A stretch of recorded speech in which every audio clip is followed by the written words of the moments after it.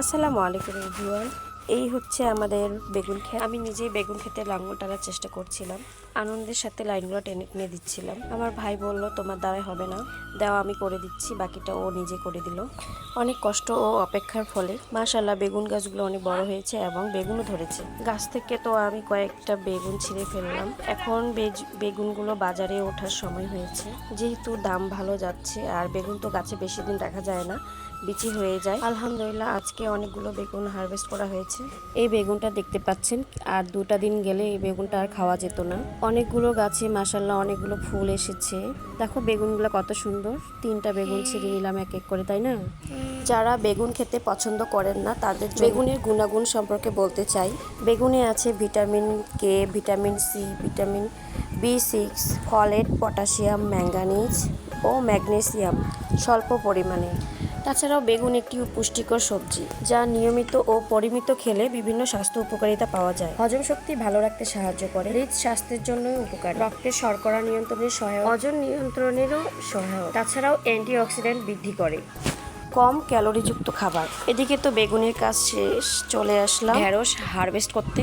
মাশাআল্লাহ অনেকগুলো ঢেঁড়স হারভেস্ট করেছি। পাশেই ছিল পটল ক্ষেত, তাই চলে আসলাম পটল খেতে। পটলের কিছু ফুল ফুটেছে, পটল ধরেছে, কিছু পটল পেকে গেছে। অনেক আনন্দের সহিত খাওয়ার জন্য কিছু পটল হারভেস্ট করলাম। পটলেও প্রচুর পরিমাণে পুষ্টিগুণ রয়েছে। নিজ হাতে পটল হারভেস্ট করার মজাই আলাদা।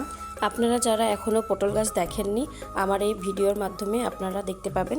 ভিডিওটি শেয়ার করে অনেককে দেখার সুযোগ করে দিন। দেন চলে গেলাম আম বাগানে। আমাদের আম গাছে এবার মাশাআল্লাহ অনেকগুলো আম ধরেছে। আম গাছগুলো ছোট ছোট, তবুও এবারে ফলন আলহামদুলিল্লাহ। তাই আপনাদের পুরো বাগানটা ভিডিও করে দেখাচ্ছি। কোন জেলা থেকে আমার এই ভিডিওটা দেখছেন অবশ্যই কমেন্ট বক্সে জানাবেন। আসুন আমরা সকলে একে অপরের পাশে থাকি। রুহুল আমিন বলছিল, আম্মু আমি কিছু করলা ছিঁড়বো, আজ বাসায় করলা রান্না হবে, তাই কিছু করলা ছিঁড়ে নিলাম। করলা গাছে মাশাআল্লাহ করলা হয়েছে অনেক সুন্দর। করলার অন্যতম প্রধান ভিটামিন হলো ভিটামিন সি, এবং কম ক্যালোরি হওয়ায় ওজন নিয়ন্ত্রণে সহায়তা করে। তবে করলা কোনো রোগের ওষুধ নয়, এর উপকারিতা অনেক।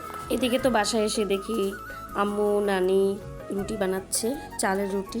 গরুর মাংস দিয়ে চালের রুটি আমার বেশ পছন্দ। সকালে নাস্তা শেষ করে রুহুল আমিন বলল, আম্মু আমি বল খেলবো, তুমি আমার সাথে বল খেলো। যেই কথা সেই কাজ। মাঝে মাঝে তো বাচ্চাদের সাথে খেলা করলে মনটা ভালো থাকে, তাই ভাবলাম না খেলাই যাক। মোবাইল আর অনলাইন দুনিয়ার ভিড়ে আমরা অনেক সময় সন্তানদের জন্য সময় বের করতেই ভুলে যাই। অথচ সন্তানদের সবচেয়ে বড় চাওয়া দামি খেলনা নয়, বাবা মায়ের ভালোবাসা, বাবা মায়ের একটু সময় দেওয়া। আজ আমার ছোট্ট ছেলে রুহুল আমিনের সাথে ফুটবল খেলছি। এই ছোট্ট ছোট্ট মুহূর্তগুলোই একদিন বড় স্মৃতিতে পরিণত হবে। আসুন সন্তানকে শুধু ভালোবাসি না, তার সাথে সময়ও কাটাই। সন্তানের ভবিষ্যৎ গড়তে শুধু স্কুল পাঠালেই হয় না, দরকার তাদের পাশে থাকা। মাঝে মধ্যে খেলাধুলা শরীরকে সুস্থ রাখে, মনকে প্রফুল্ল রাখে এবং পরিবারকে আরো কাছাকাছি নিয়ে আসে।